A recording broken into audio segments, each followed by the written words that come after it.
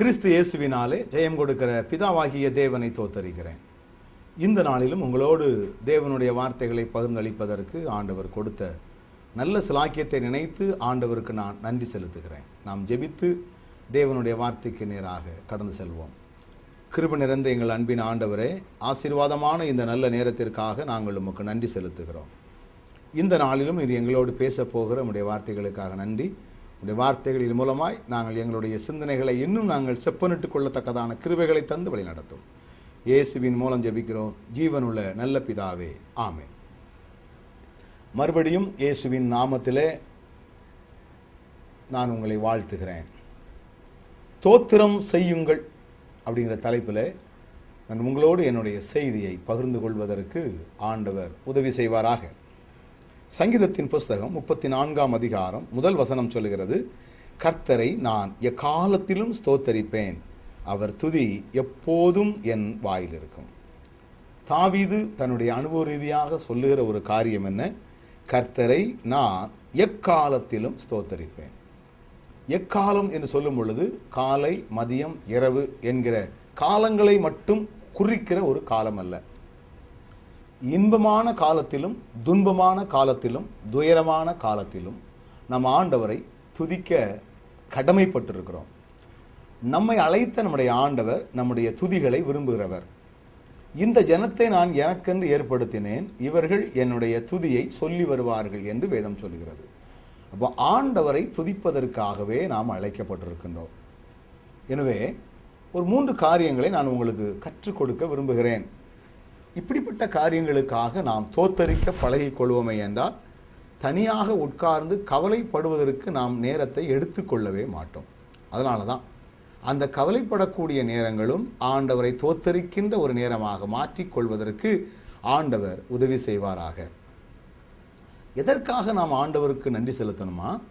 கேட்கப்படாத நம்முடைய ஜெபத்திற்காக ஆண்டவருக்கு நன்றி செலுத்தணும். கேட்கப்படாத ஜெபம் அல்லது மறுக்கப்பட்ட ஜெபம் என்று சொல்லலாம். ஒரு ஜெபத்திற்காக ஆண்டவரிடத்திலே நாம் ஒரு காரியத்திற்காக ஜெபித்திருப்போம். ஆண்டவர் அந்த ஜெபத்தை நமக்கு கேட்காதபடி, அந்த ஜெபத்தின்படி நம்மை வழிநடத்தாதபடி, அவர் நாம் நினைத்து பார்க்காத வேறு வகையான காரியங்களின் மூலமாக நம்மை வழிநடத்தி கொண்டிருப்பார். அப்போ கேட்கப்படாத ஜெபம் அப்படின்னா, நீங்கள் எதற்காக ஜெபித்து அது கேட்கப்படவில்லையோ அதற்கு பதிலாக ஆண்டவராகவே உங்களை எப்படி மாற்றியிருந்தாரோ அதை நினைத்து ஆண்டவருக்கு நாம் நன்றி செலுத்த வேண்டும். அதை நினைத்து நாம் ஆண்டவருக்கு நன்றி செலுத்தணும். நான் சில உதாரணங்களை சொல்ல விரும்புகிறேன். என்ன? ஆண்டவராகிய இயேசு கிறிஸ்து ஒரு இடத்துல ஜெபம் பண்ணினார், பிதாவே இந்த பாத்திரம் என்னை விட்டு நீங்க கூடுமானால் நீங்கட்டும். சிலுவையிலே அடிக்கப்படுகிற காரியங்கள், நமக்காக பாடுபடுகிற காரியத்தை எல்லாம் அவர் விரும்பாதவராயிருந்தார்.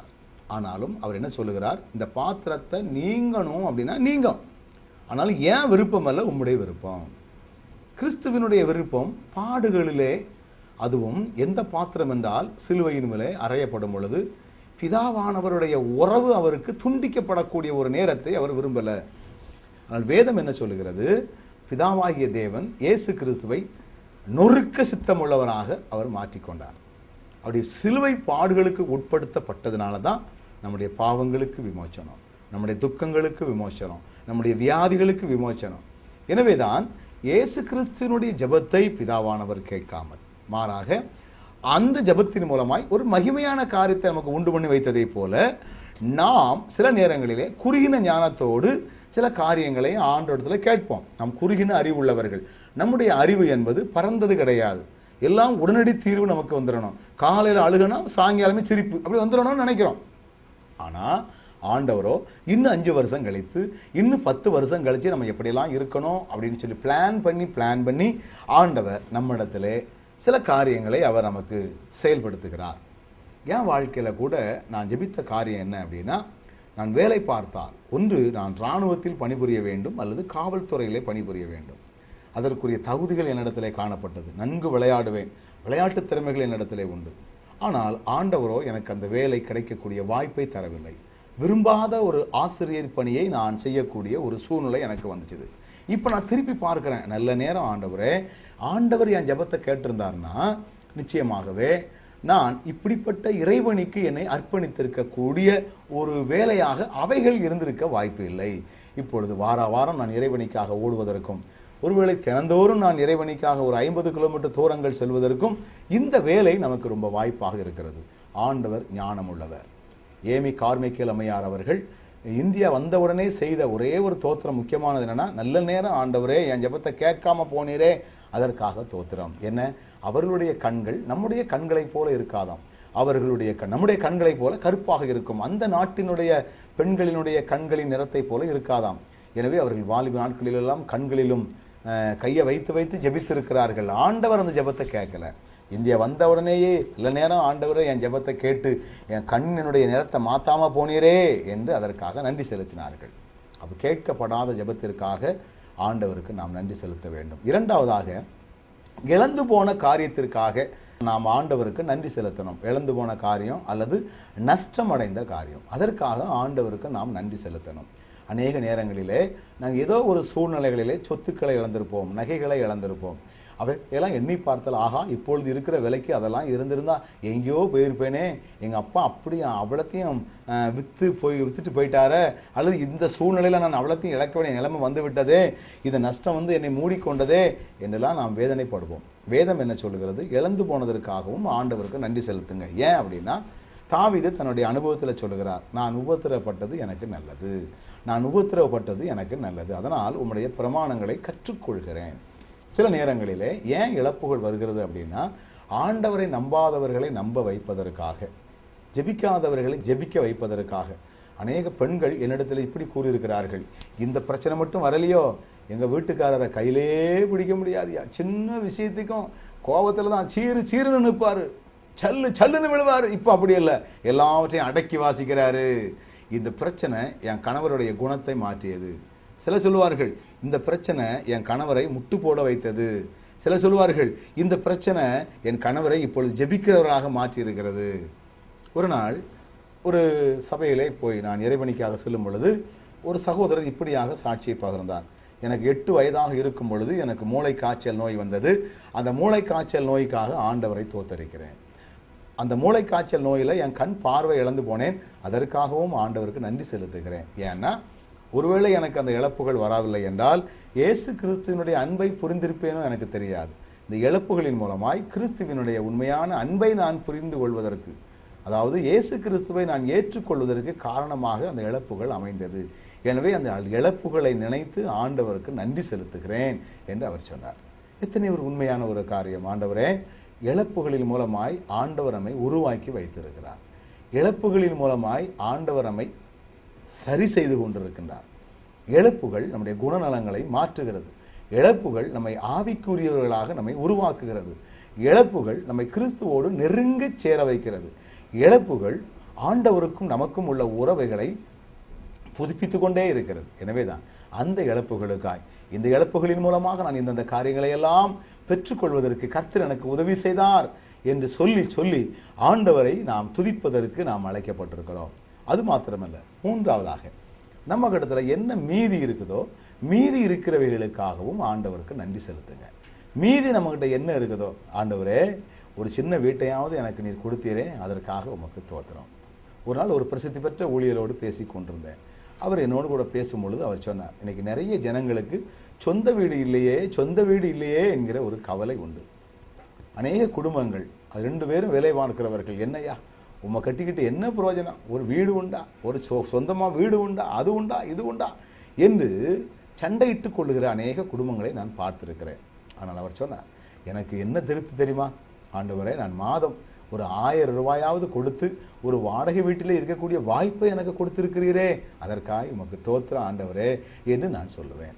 இன்னைக்கு அந்த ரூபாய் கூட கொடுத்து வீட்டில் இருக்க முடியாத அநேகர் தெரு ஓரங்களிலும் வீதிகளிலும் ஆங்காங்கு குகைகளிலும் தங்கி கொண்டிருக்கின்றார்களே. ஆண்டவர் சொந்தமாக நமக்கு வீடு இல்லாட்டாலும் வாடகையாவது கொடுத்து இருக்கக்கூடிய ஒரு வாய்ப்பை கொடுத்திருக்கிறாரே, அதற்காக இந்த வாகனத்தையாவது கொடுத்தீரே, இந்த படிப்பையாவது படிப்பதற்கு எனக்கு உதவி செய்தீரே, இந்த வேலையாவது செய்வதற்குரிய கிருபையை கொடுத்தீரே, நல்ல வேலை செய்வதற்குரிய கைகளையும் கால்களையும் எனக்கு கொடுத்தீரே, என்னுடைய உள் உறுப்புகள் எல்லாம் நன்கு வேலை செய்யக்கூடிய கிருபை கொடுத்தீரே, நல்ல புரிந்து கொண்ட மனைவியை கொடுத்தீரே அல்லது கணவரை கொடுத்தீரே, நல்ல பிள்ளைகளை கொடுத்தீரே. இப்படி என்ன அனுபவிச்சுக்கிட்டு இருக்கிறோமோ அவைகளுக்காக ஆண்டவருக்கு நாம் நன்றி செலுத்த வேண்டும். ஆண்டவருக்காக நாம் நன்றி செலுத்த வேண்டும். நாம் ஆராதிக்கிற நம்முடைய ஆண்டவர். என்னுடைய உடன் பிறந்த சகோதரிகளிலே ஒருவர், ஒரு நாள் அவர்கள் தன்னுடைய வீட்டில் உள்ள ஒரு கூரையிலே நடந்து செல்லும் பொழுது அந்த ஓடு உடைந்து உள்ளே விழக்கூடிய ஒரு நிலை வந்துவிட்டது. சில நாட்கள் கழித்து நான் அவர்களை பார்ப்பதற்காக சென்னை சென்றேன். அங்கே போய் பார்த்தால் அவர்களுடைய அப்பொழுதுதான் ஆஸ்பத்திரியிலிருந்து டிஸ்சார்ஜ் ஆகி வீட்டுக்கு கொண்டு வந்த நேரம். அவர்கள் கீழே அந்த ஒரு ரூமுக்குள்ளே விழுந்தது. ஒரு மிஷின் மேலே கால் பட்டதுனால அந்த காலிலே கரண்டைக்கு கீழாக உள்ள பாதங்கள் எல்லாம் சிதைந்து போய் அதை எந்த வகையிலும் செப்பனிட முடியாதபடி அதை எடுத்து விட வேண்டிய ஒரு நிலை. நான் தான் என்னுடைய சகோதரியை அவருடைய வீட்டிற்குள் தூக்கி கொண்டு சென்றேன். மிகுந்த வேதனையாக எனக்கு இருந்தது. அப்பொழுது என்னுடைய அக்காள் கணவர் சொன்ன ஒரு காரியம் என்னை தெம்படைய செய்தது. பரவாயில்ல மாப்பிள்ளை, பரவாயில்ல, அக்கா விழுந்த வகைக்கு ஆண்டவர் ஜீவனையாவது கொடுத்தாரு, ஜீவனையாவது கொடுத்தார். அவள் ஜீவன் இருக்க முடியாது, அன்றே அவள் இறந்திருக்க வேண்டும்.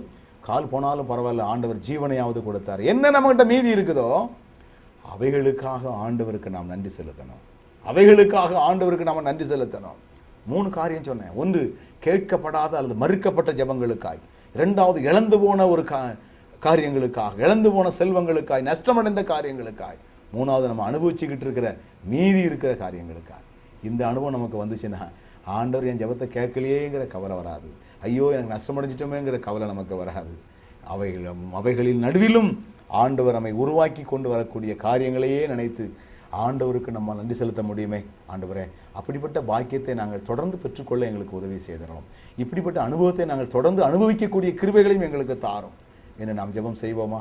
நல்ல ஆண்டவரே, எங்களோடு பேசின நம்முடைய வார்த்தைகளுக்காக நாங்கள் உமக்கு நன்றி செலுத்துகிறோம்.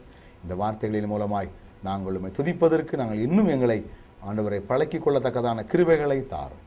வீணான கவலைகளை எங்களை விட்டு அகற்றி ஆண்டவர் புதுமையான அனுபவத்தோடு நாங்கள் செயல்படத்தக்கதான கிருபைகளை தந்து வழி நடத்தும்.